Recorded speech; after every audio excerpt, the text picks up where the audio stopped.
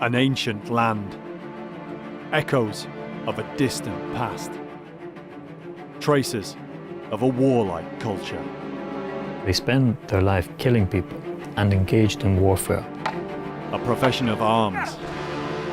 A martial life. Born to serve.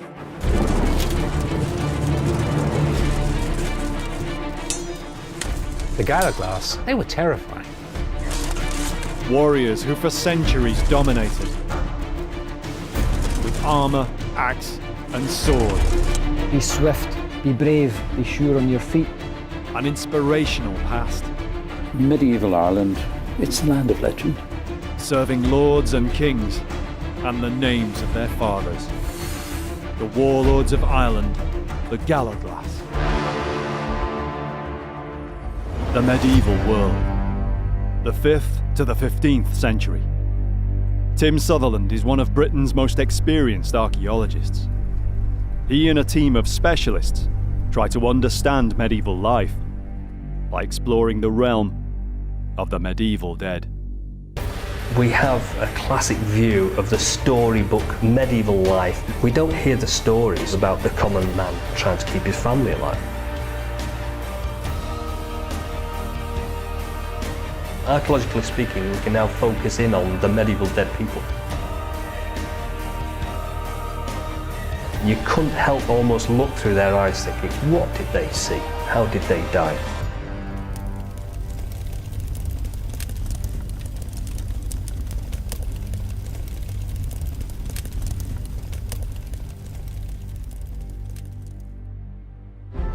The Gallowglass were among the most fearsome of all warriors of the Middle Ages. Their appearance alone was awe-inspiring, designed to strike terror in their enemies' hearts. On the battlefield they were formidable, the prized elite force, the last line of defence, when there was no one else whom to turn. It was an ancestral calling, a lifetime of tradition and training, ritual and preparation, for the one great fight, which might one day be their last. Their world is all but lost to us now, veiled in myth, almost entirely lost to written records. Now we journey back through the centuries, examining the clues that remain, as well as new research, breaking new ground, bringing light on the lost way of life of the world of the Gallowglass in the land of medieval Ireland. Medieval Ireland to us now is like an alien landscape in many ways. It's very different to us, the Gaelic culture that a lot of places had. But yet we see it everywhere. It's something that we touch and experience in our wider landscape.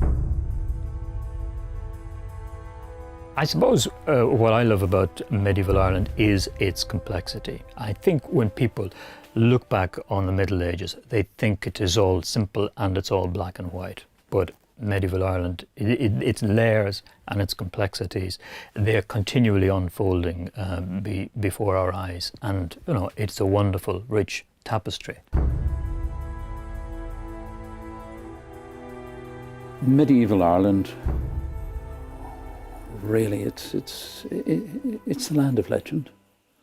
It's so rich in its culture. The history of Ireland is rich and varied, yet it's little known compared with Britain or other parts of Western Europe. There are very few places in Europe that are as evocative as Ireland in the medieval period. It's a landscape that's almost still mystical in that it's not really well known about. It's right on the periphery of Europe. And of course the archaeology is usually seen as the Celtic period. It's the peripheral archaeology as well. Written accounts are relatively few, so it's largely through this archaeology that we know what we know of Ireland's past. The evidence tells of strongly defined cultures, from the Bronze and Iron Ages, even into the early Christian era. Despite the great cloak of the Dark Age, these were the times of Gaelic myths and heroes. But it was the 10th century and the coming of the Norsemen that brought the greatest change. Viking Dublin was a major European settlement, a prosperous trading port. A century and a half later, after their conquest of England, it was the Normans who invaded, building hundreds of castles and cathedrals. Over the following 2 centuries, Ireland was divided between Anglo-Norman Irish and Gaelic Irish. Families and dynasties evolved on each side. Traditional rivalries that would last hundreds of years. Even to those familiar with the story of medieval Europe, the Gallowglass are relatively little known. Yet their fearsome reputation holds strong. The Gallowglass is a very interesting form of troops from this later medieval period. It seems to be a development of a much earlier, perhaps Viking idea, which survives in certain areas, most notably part of Northern Ireland and the west of Scotland.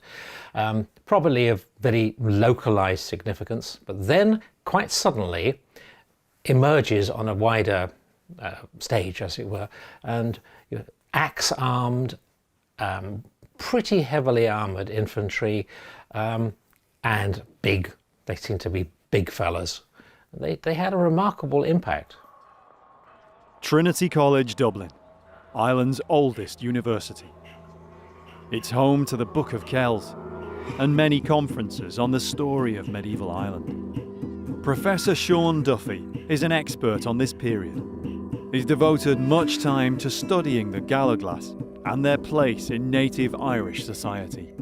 If you're a student of medieval Ireland and you're interested in what makes medieval Ireland tick, you have to learn about Gallowglass and you have to factor them into your calculations, because they're there, they begin to arrive into Ireland in the 13th century. The late 1200s. A turbulent time in the turbulent history of Ireland and the British Isles. But where did the Gallowglass come from? The word Gallowglass comes from the Irish words Gallowglass. Usually when you see that written down, it's translated as foreign warrior, because the assumption is these people came to Ireland and they were foreigners. But in fact, the Irish for the Hebrides is the Inche Gall, and Gallowglass means a warrior or a vassal, in fact, a military vassal from the Hebrides. And in the Middle Ages, the Hebrides and most of Scotland was considered by the Irish to be part of the greater Irish world. Ireland and Scotland, particularly the Western Isles, had both been colonised by Scandinavian Vikings through the Dark Ages. Now the wars between Norman England and Scotland, the wars of independence, caused great upheaval. It might be to do with conditions in the Highlands of Scotland, where there's a lot of political turbulence, and especially in the period of the Anglo-Scottish War, the time of William Wallace and Robert the Bruce and so on, where, factions within Scotland took sides, some lost out, and they had to find a new home for themselves, and they looked to Ireland. Scots, dispossessed or just in search of new homelands. The kings of Ireland, losing their struggle against the Anglo-Norman invaders, welcomed these foreign warriors. Irish kings, they needed a new weapon in their armoury if they were trying to oppose the Anglo-Normans. And the Gallowglass provided the perfect solution to their problems. And in a sense, you can say, therefore, that they helped to tilt the balance in Ireland in favour of the native Irish. The Gallowglass were the levellers in 13th century Ireland. They took root and dominated Irish battlefields of the medieval age. Battlefields, and also the politics of the Irish kings who employed them. They weren't mercenaries in the sense that we tend to use the term as people whose loyalty was fickle, who could be bought and sold, and who did what their master's bidding. If you look at the activities of Gallowglasses throughout the ages in Ireland, they are very closely aligned with the political factions that exist in the country. Generations of Gallowglass served the same political dynasties for hundreds of years. Name and honour were everything. You don't hear, you hardly ever hear certainly, of them betraying the trust of their employer, selling their services off to the highest bidder. They are They are part of the factional politics of Gaelic Ireland and indeed of Anglo-Ireland, because after the Gallowglass have been in Ireland for 150 or 200 years, they are not just being hired by Irish lords, but by the descendants of the Anglo-Norman invaders of Ireland, these Anglo-Irish lords, and they work for them as well. So eventually, by the end of the Middle Ages, they have filtered all the way through the country. External commentators who saw them emphasised how you couldn't compete successfully in Irish warfare unless you had a troop of Gallowglass at your disposal. Yet, as with so many aspects of the medieval world, the real details of the Gallowglass are mostly lost to us today, because they left almost no written records of their own. That's why archaeologist Tim Sutherland has come to Ireland to find out more. To a certain degree, Ireland's a bit of a time capsule. You know, you drive across the landscape and you can see things in the landscape that have remained probably unchanged for hundreds or thousands of years. There may be precious few documents, but the Gallowglass were encapsulated in another kind of historical record. Our mental image of a Gallowglass comes from images of them that have survived, for the most part, on memorial stones. There are Irish kings whose graves are adorned by figure sculpture. In some instances, this records Gallowglass, and you might think it's an odd thing to have on a grave because it's showing soldiers in their uniforms. But if you think of the purpose of the effigy in question is to show the status of the king, and if you show him as being a man who had Gallowglass in his pay, you're adding to his status in the eyes of his community. Connaught, in Central Ireland. Roscommon Abbey was founded in the 13th century by King Felim O'Connor, who was buried here himself in 1265. It's not known if this effigy is the king himself or one of his successors. The carved front of the tomb shows the figures of 8 Gallowglass. Their appearance is striking, unlike any other medieval effigies. These aren't knights in suits of armour as we're used to. They're almost figures from fantasy. They wear the archetypal armour that remained the same for centuries. Long mail coat, bassinet helm, and each carries a sword or great axe. They're gaunt, staring, foreboding.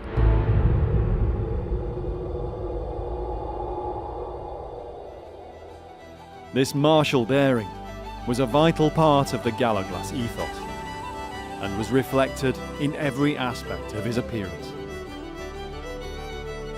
The hair, short cropped, with a thick fringe or forelock, the glib, marked him out as an outlaw to the later English Tudors. His dress and equipment too were ritualised. The manner in which they were worn or carried hardly changed across centuries. The basic living garment was a linen shirt or tunic, dyed with saffron, called in Gaelic the lena. It could be made from many yards of material, with voluminous folds and sleeves for warmth. The Gallowglass went either bare-legged, red-shanked, or wore narrow woolen hose and leather shoes. Over the lena, he wore a knee-length arming jack, a cotoon, quilted and waxed by the gambeson or acketon of a medieval European man-at-arms. Perhaps the most expensive and prestigious part of the harness was the mail shirt. It was made of hundreds, thousands of riveted iron links and worn long to protect the thighs. This was called the lurach. It was fitted and belted, so the wearer wouldn't be slowed down or hindered in combat. A mail collar or standard, the scabble. The scian, like the Scottish scian dubh, was the sidearm, inscribed and individual to every man. But the other symbolic weapon, like any medieval knightly figure, is the sword. Helmets could be simple iron caps or skulls, or more elaborate conical bassinets, sometimes with a peak, and they were called the Cathbar. The great two-handed axe, the Tua, was the symbol of Gallowglass power, the terror weapon on the battlefield for whirling and smashing at armoured foes. The Roscommon tomb and others across Ireland show swords, and like the other aspects of the Gallowglass, they're clearly different to conventional European medieval blades, but they are similar to those from one nation. Scottish broadswords, like the great two-handed claymore, bear some resemblance to Gallowglass swords, perhaps a relic of the shared heritage of the two cultures. Yet the swords associated with Gallowglass are smaller than claymores. They're often finer, single-handers or hand-and-a-halves, called halflangs. Edinburgh swordmaker Paul MacDonald is more than familiar with Scottish blades. Now he's come to Dublin to learn about their Irish cousins. Here, Paul, late medieval swords, and some of them you might be familiar with. So the National Museum of Ireland has probably the largest collection of Gallowglass weapons anywhere in the world, really, certainly anywhere in Ireland. These were all found in Ireland, but a lot of them could as easily have been found in Scotland. Yeah, these are fantastic. I've already here seeing crossover between the early medieval Highland styles from the halflang into the claymore. It's fantastic. Yeah. Great examples. Beautiful. The Gallowglass and his weapons are usually thought of as being overbearing, for cleaving, anything but subtle. The classic picture of Gallowglass that we get from the historical sources is of big men, big strong men wielding big swords, making a big flourish. And to some extent, the archaeology, the actual surviving weapons, bears that out. We do have a number of big, heavy swords. But the interesting thing is that we also have many swords of the same type, but that seem to point to something different because they're smaller, they're single-handed swords, and they're lighter. Paul is intrigued by this. He suspects that there may have been more to the Gallowglass's martial skills than mere brawn. There might be a clue to this in a common feature seen in many of the museum's swords. Medieval blades have a weighted pommel at the end of the grip. It's a counterbalance to the weight of the blade, and it makes the weapon easier to wield. Yet many swords here have either no pommel remaining, or they're hollow, with no weighting at all. I've seen evidence of the hollow pommels in certain Scottish and Highland swords especially. It's been suggested, certainly, yeah, were they lead filled or such. Yes. And there's one that I know of that's been x-rayed and found to be about 3/4 filled with lead. That's interesting, that's interesting. We've no evidence of lead in any of our pommels to date, but it might be worth looking for it again. Is it possible to have a closer look? I think it might be, yes, yeah. Great. It'll be the first time ever that anyone's attempted to work out how it was made. Getting to grips like this with one of the precious few surviving Gallowglass blades is pretty special. This sword was found in the River Barrow in County Kildare, just a bit south of Dublin. It's an interesting form of pommel, I think really only seen on swords of this type of this period. To my eye, I'm already thinking about how this plays in the hand, Yes. how this works in the hand. Yes. A light pommel, to me, would suggest a light blade, Yeah. a light fast blade. Yes. A really Yes. effective cutting blade, be swift in the hand. I would imagine these were, pretty fearsome, fast, swift blades in their day. Right, right. To my eyes, this is what this is already saying, but there's really only one way to know for sure. Sure, sure. Paul carefully records the sword. Though it's not survived completely intact, he'll take these measurements back to Edinburgh to begin the recreation. The potent image of the Gallowglass is prevalent throughout Irish folklore and beyond. Gallowglass appear in traditional art and literature, even in Shakespeare. And now these archetypal Irish warriors have a continued influence in film and television. Tim's come to Ballyjames Duff in County Cavan. He's here to meet Irish film industry armourer and prop maker, Boyd Rankin. So how long have you been doing this then? Oh, about 20 years now. I am by profession a retired pharmacist. I like to say I'm a retired drug dealer, but people look at you. I have a love of history, but more importantly, I have a love of making things. And history has provided the inspiration for the things that I make. I make weapons for film, for television, for museums, for heritage centres. Not just weapons, but we make other sorts of props and everything and anything. In fact, in some ways, a jack of all trades. When we're working in film and television, things like that, sometimes you want something a little bit oddball, something unusual. And that's where I've drawn the inspiration from Irish history. I'm also, I'm a wee boy growing up. I like all the things that go bang. I like bows and arrows. I like swords. So the whole thing has come together in where I am today. So how does the medieval Gallowglass material inspire your work then?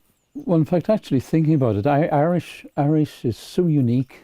Style of dress, if you go back into native Irish and Irish weapons, some of the weapons that were used are not used anywhere else. And if we think of one particular very famous type of Irish warrior, was the Gallowglass. Right. Now think of it, the vision people have of these big, hefty, strong men. So from what you say, it appears that you're more rooted in the reality than the sort of fantasy side of this weapons and warfare. Take something like Game of Thrones. We were working with various characters and various styles of weapons, and then there was the Mountain, Gregor Clegane, and he was big, and he had to have a big, impressive weapon. And when I saw the cast member in his costume, he to me, he was Gallowglass. He was huge. So immediately I thought Albrecht Dürer. Right, the Gallowglass picture. The Gallowglass, the Irishman abroad. And so I made a very large Gallowglass sword, ring-hilt sword. The other thing that, well, I'm Irish. It's an American series being filmed in Ireland, and it was just that little stamp of Irishness into it as well. A Gallowglass's days were taken up in preparation for what he could expect to face in the service of his client lord. Warriors might be quartered in a village or throughout a local area, depending on their duties. For battles, they were usually grouped together en masse. When we think of a Gallowglass, if you hear of an army that has a troop of 80 Gallowglass, you have to double or triple or quadruple that, because each Gallowglass soldier had 2 or 3 boys who carried his weapons for him. Such was such were the weight of the mail coats that he carried with him, and the weight of the weaponry that he had with him. That they had a couple of these gillies or servant boys who did that. So they were probably apprentice Gallowglass themselves. Each fully fledged fighter would be attended by at least 1 or 2 of these novices, sometimes known as Kern. Like squires to a knight, they were part of the Gallowglass's team, fetching and carrying, and maintaining his armour and weapons. But most importantly, they had to learn how to fight.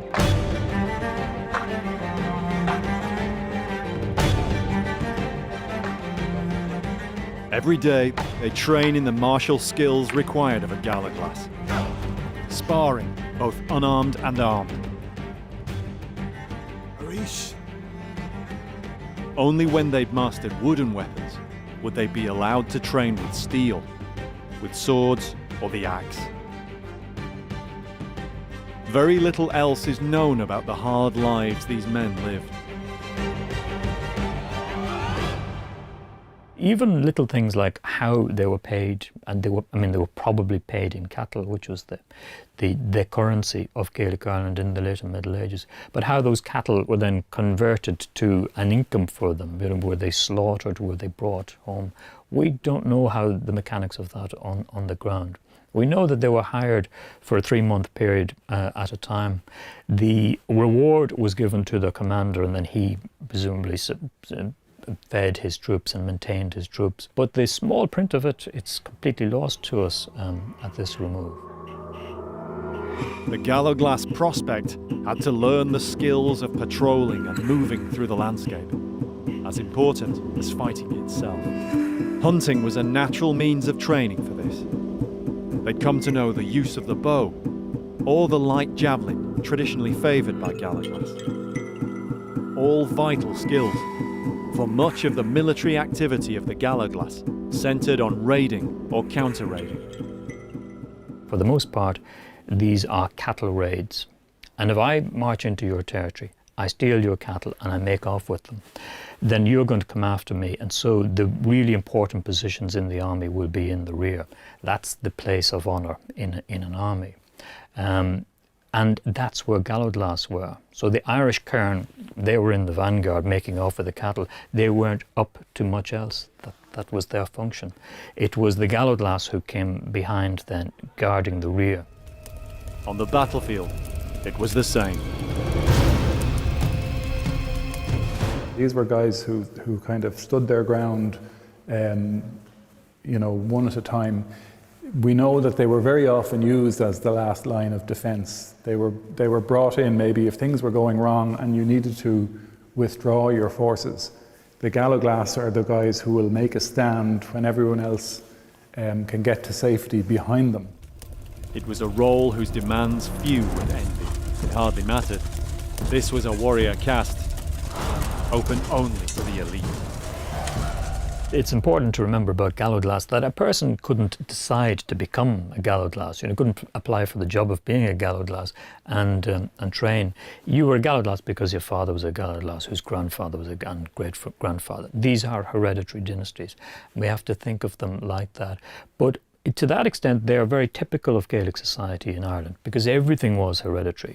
There were hereditary families of lawyers, hereditary medical families, and indeed hereditary clerical families. You became a priest because your father was a priest and your grandfather was a priest. So they operated within the structures of Gaelic society. Just as the vocation of Gallowglass was handed down through generations, so too were the bitter rivalries and feuds between clan, tribe or family, old scores to be settled when the time came. As the Middle Ages wear on, the Gallowglass are found all over Ireland, and they're not just confined to the Gaelic lords. They work in the employ of the English lords of Ireland as well. A classic instance of that, for example, occurs at the Great Battle of Knockdoe in County Galway at the start of the 16th century. Knockdoe, Knockdoe, the hill of the axes, the time when many an old score was settled. Fought on the 19th of August 1504, this was the last and the largest medieval battle in Ireland. Tim's here to work with Irish archaeologist Damien Shields. They're planning a geophysics survey, but first they have to select which area to target. Frank Kearney and John J. Cronin are on hand to lend their historical and local knowledge. When I turned up here, as someone who had an MA in history, I looked into the history of the local area and suddenly discovered that the biggest Gallowglass battle in Britain or Ireland took place on this hill right beside it, and everybody knew about it except me. For me, I was always looking down at the top of Knockdoe Hill from once the day I was born because it was outside the back door.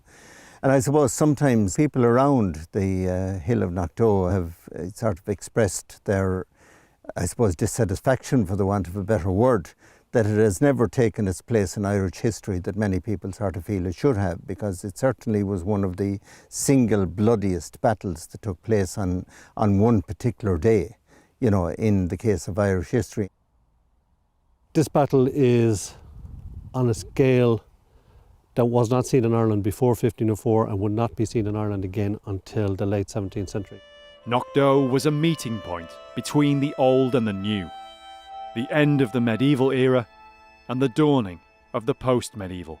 There's very few battles in Irish history where you have such an amalgamation of people from all over the country, and Old English, Irish. There's a real hodgepodge of what Ireland had to offer at that period. You have Gaelic Irish and Old English on one side, fighting Gaelic Irish and Old English on the other. In one sense, this is a contest between two of Ireland's great lords. They and align on either side their traditional allies. So both of them have native Irish allies fighting for them. And those native Irish allies in turn, of course, have their Gallowglass forces. So there are Gallowglass forces fighting on both sides in that battle. You have a real mix of the type of troop types that you could encounter. You have things that you might call classically English weaponry, like the Old English had billmen, they had archers, but then we have the Gaelic Irish who have things like the Gallowglass. They have different types of archers, different types of cavalry between the Gaelic Irish and the Old English. So this real melting pot of military traditions coming together on the hill. Backing up the documentary sources, the local evidence is encouraging. All of the tradition and folklore and everything that has been handed down has been that the battle did start at this particular site on this side of the hill of Knockdoe, and that it literally went around the hill all day.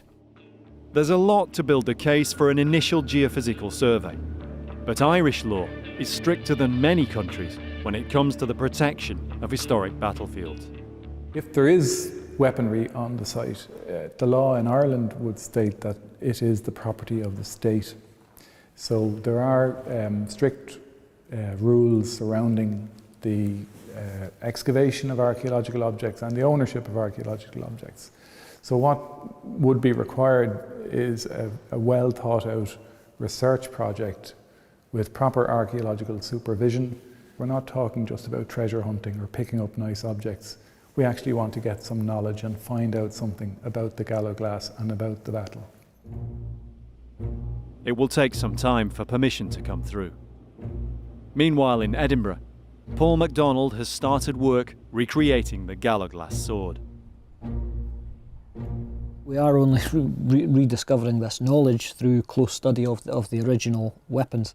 The sword makers were known to be the men that used earth, air, fire and water and commanded those elements and made them into a functional form that you could live or die by. Working from the dimensions of the original, he estimates the full length of the blade and draws out its profile. Yeah, this is giving the blade back its lost life as it has been broken, possibly in use. It's quite likely blades were known to break in battle through earnest use. These are men who were fighting for their lives and would have put every effort into that. So broken blades would certainly be a result of that kind of action. He's already crafted the components of the sword's unusual hollow pommel. The pommel is hollow on the original and there's no evidence of it being lead filled or such. The only reason that a pommel would be hollow would be if you already had a light and fast blade. And some of the early blades really surprise us in terms of the technology, the blade technology, the steel making technology that they were capable of in these days. The original pommel had the remains of the brazing inside it. This is the means by which the iron components were joined together.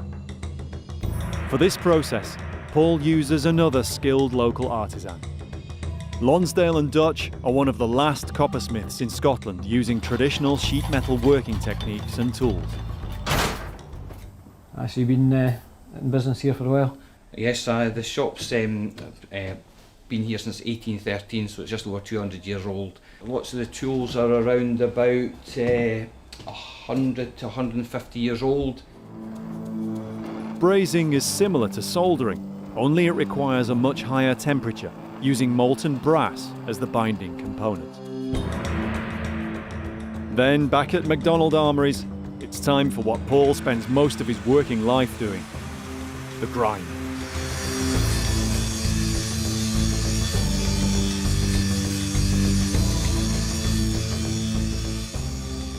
It's taken several months, but full permission has been granted. So it's now time for the first ever survey of a medieval battlefield in Ireland to get underway.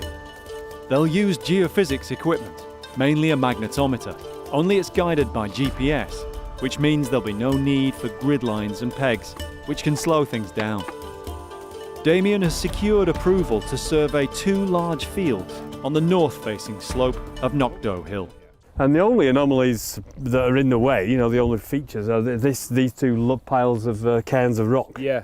So hopefully that'll help us orientate the survey as well by superimposing those onto the aerial photographs. And at least the field is a lot drier up here. It is, yeah. Because down there it's just like a bog. So it's quite well drained, it's quite firm underground. Yeah. So no, it's perfect condition. Yeah, it's great. Around 10,000 men came face to face somewhere here.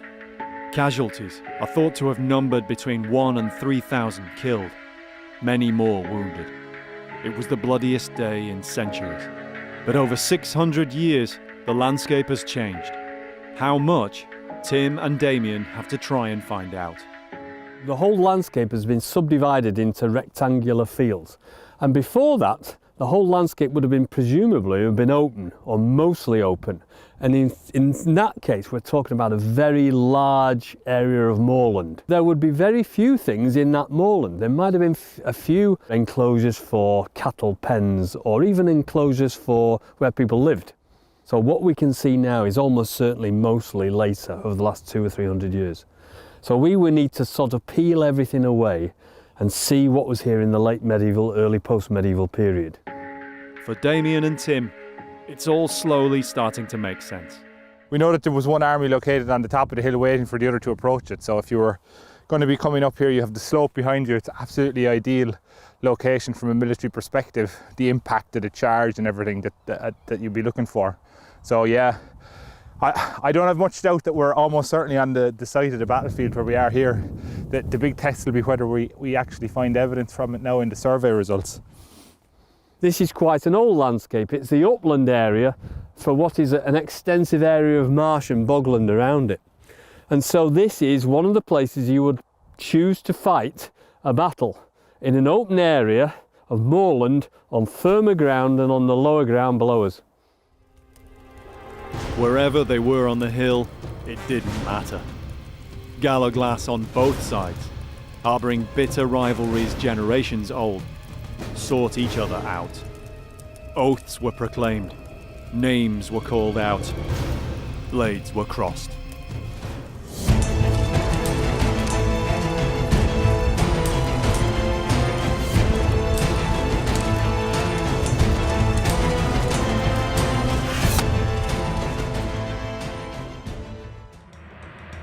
When the geophysics data is processed, Tim and Damien consider the results. They haven't found an obvious medieval wall lurking just under the surface, but the good news is that they think they've found a relic boundary, the shadow of an ancient division in the landscape, which might have been marked out as a boundary in medieval times. That boundary continued through into the next field, yet we know that it doesn't appear that way by the middle of the 19th century. So that boundary predates by 1, 2, maybe into the 16th century. That boundary existed. And it used to be a lot straight going across the landscape, and we can prove that by looking at the geophysical survey. But we can't see it on anything else. It's not on any of the modern boundary maps, or even on the older. But it does. Maps. It really raises the potential, because it does appear to continue straight originally on the geophysics, that it could be a medieval boundary originally, which it's a possibility. And if so, there is a fair chance that it might have been on the battlefields on the day. Yeah, in which case, the burning question obviously is this the boundary we're looking for? Yeah. We know that it's an early boundary, and we know that there's ferrous material associated with it. Yeah. Our geophysical survey has really, I think, produced evidence exactly what we would have wanted. We've known that the key topographical feature on top of this hill was a low wall that was a key landscape feature during the battle. We have evidence here now for relict field boundaries that could well be medieval in date, and there's no reason why they may not be medieval in origins. Now, of course, it'll take further investigation for us to say, are these associated with the battle, are they contemporary with it? But lots of exciting questions, and I think it's definitely a real harbinger of things to come for what we can do on this site. There's a real potential here for us to find something significant relating to the Battle of Knockdoe. Damien and his team will be back to continue the work they've begun at Knockdoe. At MacDonald Armories, Paul has completed grinding the Gallowglass blade. He adds the finishing touch by hand, bringing a keen sharpness to the sword's edge using a stone. The final stage is to attach the sword's unique hollow pommel. The process of making the sword has caused Paul much thought, not just on what the original sword must have been like and how it was used, but also about what it meant to be a swordsman in medieval times, Scottish, Irish or otherwise. What it meant when your life was only worth what your skill with your steel bought. This sword has provided a genuine insight into the martial culture of this time. The hollow pommel the form is necessary for the grip. The ball of the thumb sits neatly right in here, and the thumb assists in pressing and pushing a cut forward. So this is part of the grip right here. So it only gives us 4 fingers here, which nestle in between this shape and this shape right here. So it really compresses the 4 fingers in to a very tight and secure grip, which for a sword this light and fast is exactly what you need.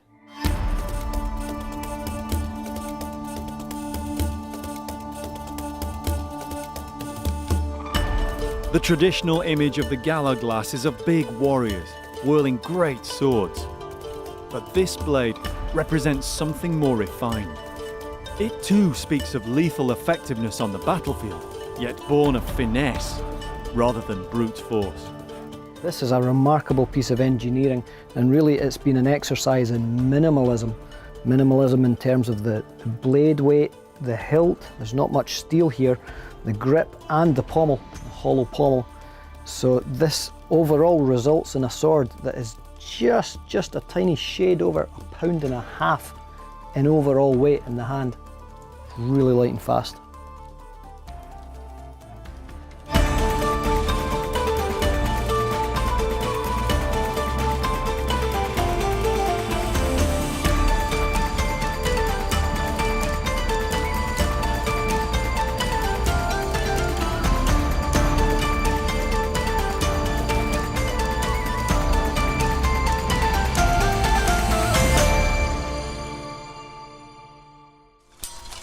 A fighter's culture, with form and custom to its martial arts.